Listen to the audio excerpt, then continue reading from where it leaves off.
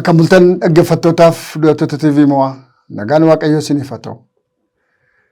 Ganama kana sagalee Waaqayyoo qabadhee fuula keessan kana jiru Alluu Baqannoo Galaanaa jedhama. Waaqayyo abbaan keenya ergaa nuuf qaba.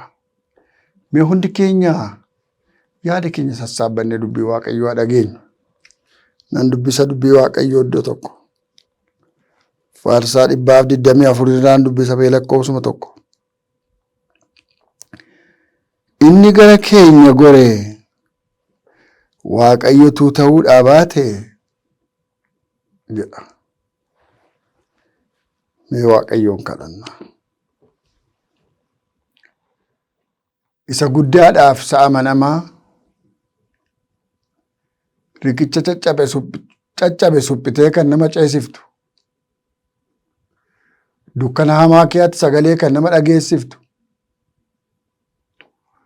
Irraan gadee mucucaaf dukkanaa keetti ibsaa kan namaa qabdu, harkana kan nama qabdu.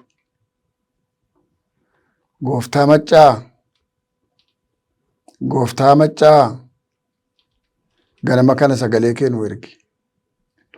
Sagalee kee qabannee lafaa kaana. Sagalee kee qabannee manaa baana. Yoo sana diinni nu fuuldura hin dhaabatu. Yoo sana sagaleen nama yaaddessu nutti hin dhaga'amu. Yoo sana hamileen keenya haaraa. Sagalee kee nu ergime maqaa Gooftaa Yesuus Kiristoosiin. Ameen. Inni gara keenya gore Waaqayyotu ta'uudhaa baate jedha. Silaa maaltu ta'a laata? Silaa maaltu jira laata? Inni nuuf lole, inni nuuf falme, inni nuuf dhaabate. Inni ofitti nu qabee dhoksaa nutti himu, nu gorsu, nu barsiifatu. Utuu isa ta'uudhaa baate maal taanaa laasila? Waaqayyo nu haa gargaaru. Silaamee jedhu jarri. Yeroo namoonni nurratti ka'an inni gara keenya gore Waaqayyo utuu ta'uudhaa baate silaa yeroo aariin isaanii nurratti boba'e sana isaan fayyaatti nu liqimsu turani. Inni gara keenya gore inni nuuf dhaabate inni nuuf falme inni nu gorge inni bara hamaa guyyaa hamaa nu dhokse Waaqayyotu ta'uudhaa baate maal taanaa sila? Eessa jirraa sila? Yommuu aariin isaanii nurratti boba'e isaan fayyaatti nu liqimsu turani. Garuu inni gara keenya gore Waaqayyoodha jedha.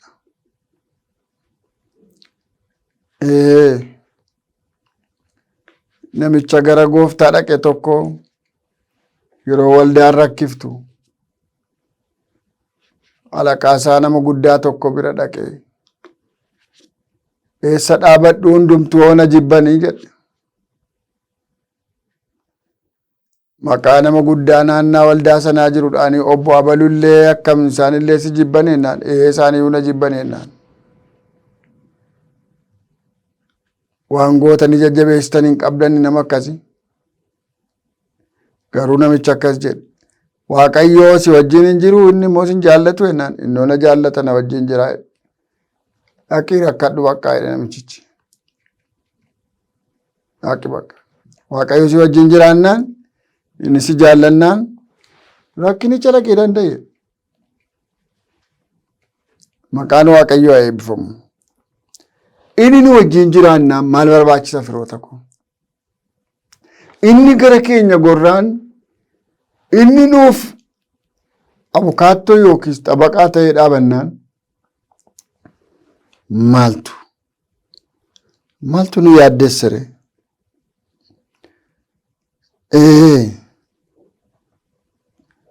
Waaqayyotu ta'uudhaa baate silaa lolaan nu fudhatee hin sokka bishaan bubbisus mataa keenyarra yaa'a ture. Silaa lolaan bubbeen bubbisu nu bu'ateen miila keenya lafa dhaabatee buqqisee fuudhee sokka ture. Garuu inni gara keenya gore Waaqayyodha. Kanaaf dheekkamsi namootaa inni boba'aan nu hin dandeenye. Lolaan ni bubbisu dhagaa gangashee adeemu jirma buqqisee adeemu nu hin buqqifne. Lolaan ni jirma guuree adeemu dhagaa guuree adeemu waan barbaade baatee adeemu sun nu hin buqqifne. Jira iddoo Waaqayyo nu dhaabe. Dhaabanneera lafa Waaqayyo nu dhaabe. Maali? Inni gara keenya gore Waaqayyodha.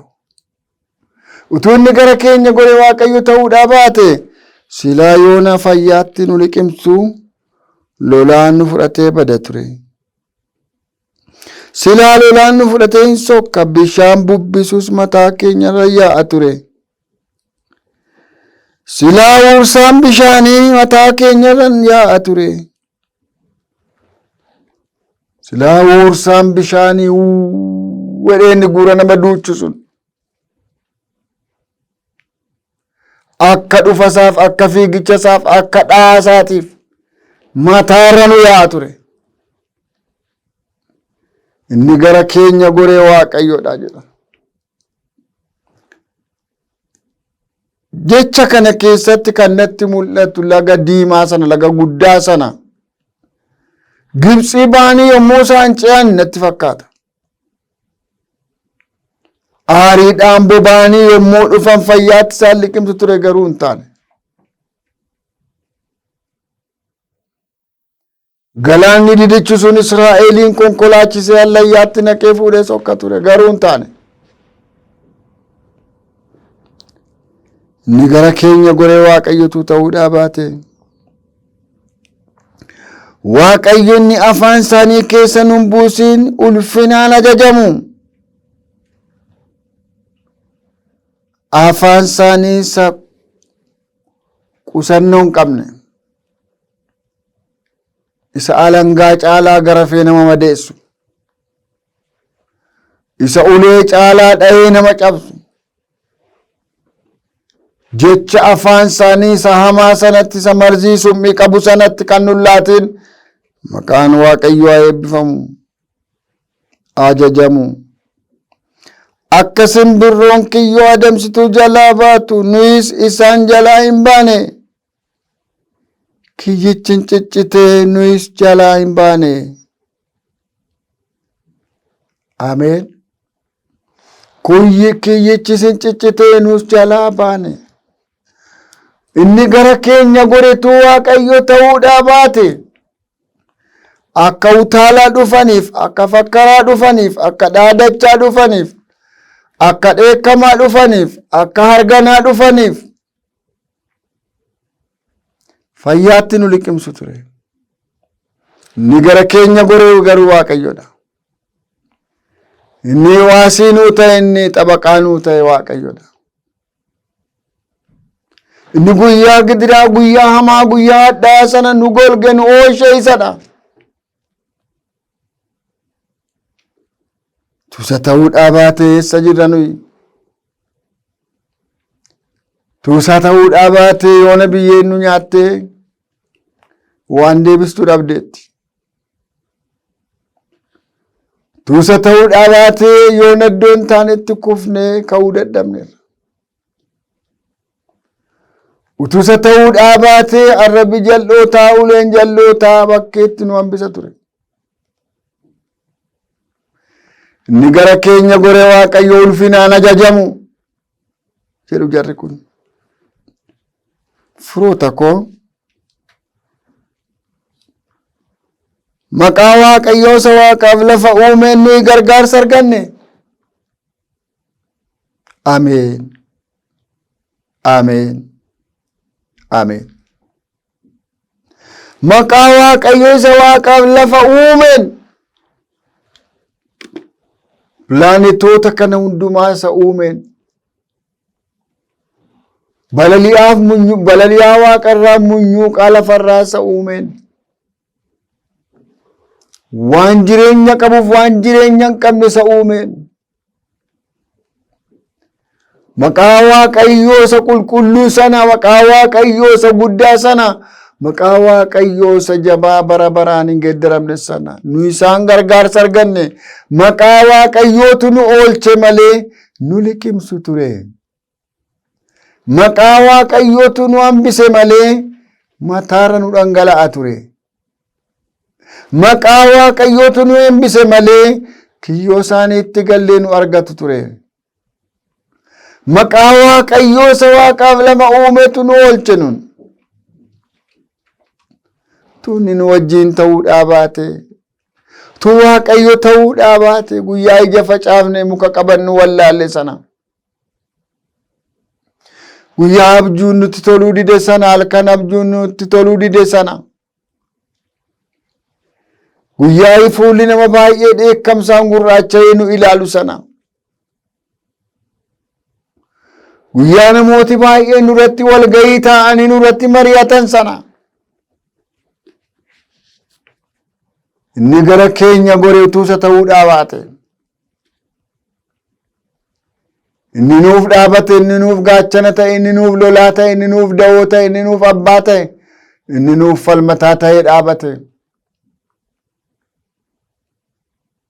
Yaa Abrahaaman sii gaachana jedhe. Gaachana jechuun eeboo jalqaba darbatamu kan qolatu jechaadha. Eeboon jalqaba darbatamu isa waraanee lafa bu'aa jechuudha gaachana. Eeboon nutti darbatame eeboon dheekkamsaa gooftaa keenya waraanee lafa bu'e. Gooftaa keenya fannoo irratti bobaasaa, cinaacha isaa, harka isaa, miila isaa, sammuu isaa waraanee lafa bu'e. Nun fayyaadhaan deddeebina. Tunni gara keenya goree Waaqayyo ta'uudhaa baate. Silaa eessa jirtaa laataa inni guyyaa dheekkamsaa sana gara kee goree Waaqayyotu ta'uudhaa baate. Guyyaa abiddi boba'e sana mana sana keessaa, waldaa sana keessaa, naannaa sana keessaa guyyaa abiddi boba'e tokko utuu inni gara kee goree dhaabatu sun Waaqayyo ta'uudhaa baate. Obboleessa koo eessa jirtaa laataa? Obboleettii koo eessa jirtaa? Maqaan Waaqayyoo ulfinaan ajajamu ni jira. Atoo maal jetta ganama kana? Galata gara qalbii namaatti fida dubbiin kun.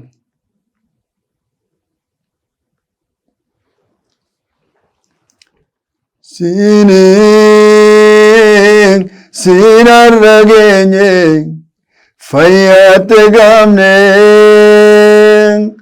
sirraan kan ka'e namarra taane, darbaan dandeenyaa nun dandeenye. Siin har'a geenye fayyaatte gamne, sirraan kan ka'e namarra taane, darbaan dandeenyaa nun dandeenye. Tusi ta'uudhaa baatee yoo jiraarra. Tusi ta'uudhaa baatee yoo dhaabatee jira ammarra. Utuusi ta'uudhaa baatee eenyutu har'a ga'a gooftaa koo? Si taanaan har'a geenye, siin taanaan dhaabannee har'a geenye, siin taanaan diinota moone, siin taanaan biyya lafaa moone, siin taanaan foon keenya moone, siin taanaan gooftaa, siin taanaan mo'ichi nuu ta'e, siin taanaan lolli hamaan nurraa dhaabate, siin taanaan qoramsaa maakii dabarre, siin taanaan dhaabannee nama taane akka namaa si galateeffachuu dandeenye. Si taanaan kiyyoon caccabe, si taanaan galaanni mataarra nu yaa'ii nafe, si taanaan boba'aan aarii namaa nuun argatii nafe. Gooftaa koo si malee maaltu jira? Galanni siif haa ta'u. Kunnoo biyya hambaa sana keessatti, biyya ormaa kana keessatti warra jiran obboloota koof akka falmituuf sin kadhadha. Biyyuma ofii keessa baadiyyaan magaalaa biyya kana keessa kan jiran firoottan koo akka ati ilaaltuuf, akka ati gaachana taatuuf, akka ati loltuuf, akka ati mo'attuufiif sin kadhadha. Gara keenya gorii bara badisaa guyyaa dheekkamsaa, guyyaa hamaa nu baraari, guyyaa qilleensa hamaa nu oolchi, guyyaa du'a garmalee nu baraari, guyyaa namni lafaa ka'ee akka bulluqaachi ol namatti danfu nu baraari. Nu wajjin ta'e yaa Waaqayyo, dubbii jireenyaa sasirraa dhageenyeen nu eegi. Maqaa gooftaa keenyaa fayyisaa keenya Yesuus Kiristoosiif jettee ameen. Garaa keessan gara Waaqayyootti ol fudhaa, eebba fudhadhaa. Waaqayyo sinaa eebbisuu, sinaa eegu. Waaqayyo fuula isaa siniif haa ibsuu, sinitti haa araaramu. Waaqayyo fuula isaa gara keessanitti haa deebisuu, nagaa isaas guutummaatti isiniif haa kennu. Maqaa Waaqayyo Abbaatti, kan Ilmaatti, kan Hafuura Qulqulluutti Waaqayyoon keenya tokko. Ameen. As istuudiyoo kana keessa na waliin kan jirtu ogeettii kaameeraa Seenaa Abbabee Waaqayyo isaa eebbisu jechaa yommuun xumuru inni gara kee goree Waaqayyodhaa sodaatiin guyyaa gaarii.